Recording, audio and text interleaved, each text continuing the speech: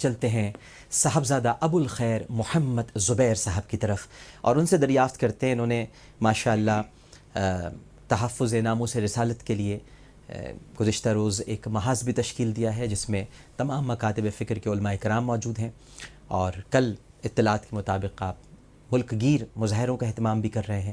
کیوں ضرورت پیش آئی؟ کیا واقعی ضرورت تھی یا خاموش بھی رہتے تو کام چل جاتا؟ صاحبزادہ صاحب سے پوچھتے ہیں. جی صاحبزادہ صاحب. بسم اللہ الرحمن الرحیم. سب سے پہلے تو عامر صاحب آپ کو زیارت حرمین شریفین کی بہت بہت مبارکباد. شکریہ. اور یہ ایک اہم پروگرام آپ نے کیا، اس پر بھی مبارک. اصل میں حضور سرور کائنات صلی اللہ علیہ وسلم کی تعظیم، عظمت اور حرمت یہ ایمان کی بنیاد ہے. بے شک.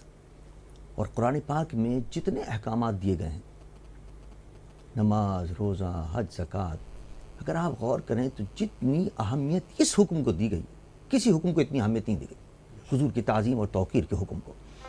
اور وَتُعَزِّرُوهُ وَتُوَقِّرُوهُ وَتُسَبِّحُوهُ بُكْرَةً وَأَصِيلًا، کہ میرے محبوب کی تعظیم کرو، میرے محبوب کی توقیر کرو، اور اس کے اندر کوئی فرق نہیں آنا چاہیے. اور اگر کوئی شخص حضور کی تعظیم اور توقیر کے اندر ذرہ برابر کی کوئی کوتاہی کرتا ہے تو سزا بھی اتنی سخت رکھی گئی ہے، یعنی اتنی سی سزا لا ترفعوا اصواتکم فوق صوت النبی تحبط اعمالکم وانتم لا تشعرون. آپ اندازہ کیجئے، اعمال تباہ ہو اور پتہ بھی نہیں چلے گا. اتنی معمولی سی سزا کہ اگر تم نے میرے محبوب کی آواز سے اونچی آواز کر دی تو سزا یہ ہے کہ جب تک جتنا تم نے نیکی کی ہیں وہ ساری نیکیاں تمہاری برابر اور پتہ بھی نہیں چلے گا. اور یہ پتہ نہیں کتنی خطرناک بات ہے، آپ کو معلوم بھی نہیں ہوگا آپ کی نیکیاں برابر. اس لیے کہ اگر تمہیں پتہ چل جاتا تم اس کی اصلاح تلافی کر لیتے، تو میں بتا بھی نہیں گا تاکہ تمہیں آخرت کے اندر بھگتنا پڑے.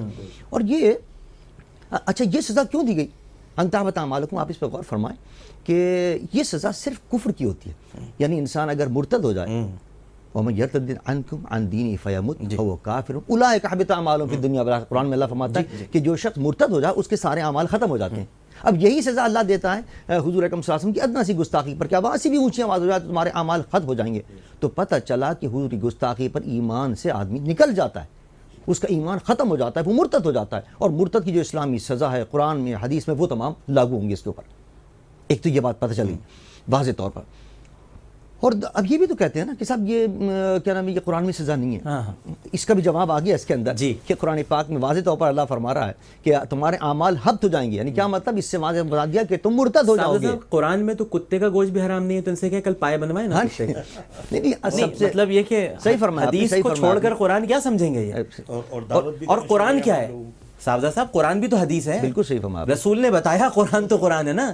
ان کے گھر میں صبح کیا کوئی ڈال کے گیا تھا قرآن؟ حضرت جبرائیل معاذ اللہ ہاکر تھے، صبح اخبار کے ساتھ قرآن ڈال گئے تھے. اسی لیے تو قرآن میں اللہ نے فرمایا نا، من یطع الرسول فقد اطاع اللہ. میرے محبوب کی اطاعت کو مجھ سے زیادہ مت سمجھنا، جس نے ان کی اطاعت کر لی اس نے میری اطاعت کر لی. اور اسی لیے علماء فرماتے ہیں کہ اسی لیے قرآن پاک میں اللہ فرمایا وما ينطق عن الهوى ان هو الا وحی یوحى. ہمارا محبوب جو بات کرتا ہے وہ ہماری وحی ہوتی ہے.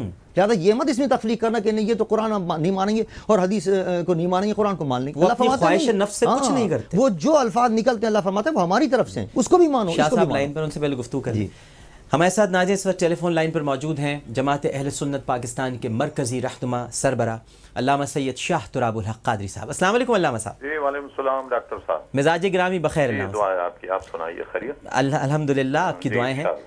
بس آپ سے رائے جاننا چاہ رہے تھے قانون توہین رسالت پر بھی، اور جو گستاخ رسول ہے اس کی سزا شریعت نے کیا متعین کی علامہ صاحب؟ جی دیکھیے ہر دور میں اصل میں حضرت صدیق اکبر رضی اللہ عنہ کے دور سے آج تک دنیا میں کئی بے روی کے دور آئے، بادشاہوں نے کئی بے روی اختیار کی، لیکن ہمیشہ گستاخ رسول کی سزائے موت ہوگی اور اس سے کم کوئی سزا نہیں.